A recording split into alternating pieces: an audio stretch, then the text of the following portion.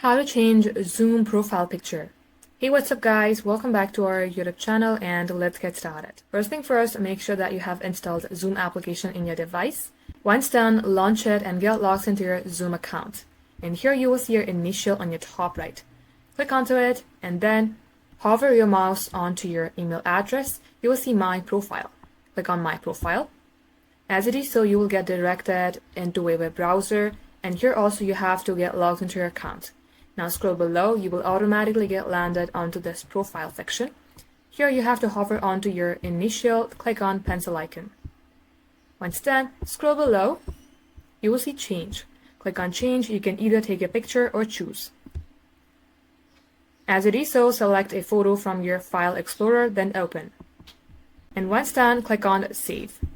Just like so guys, this is how you can update or change your profile in Zoom. Thank you all for watching. We will catch you up in our next upload.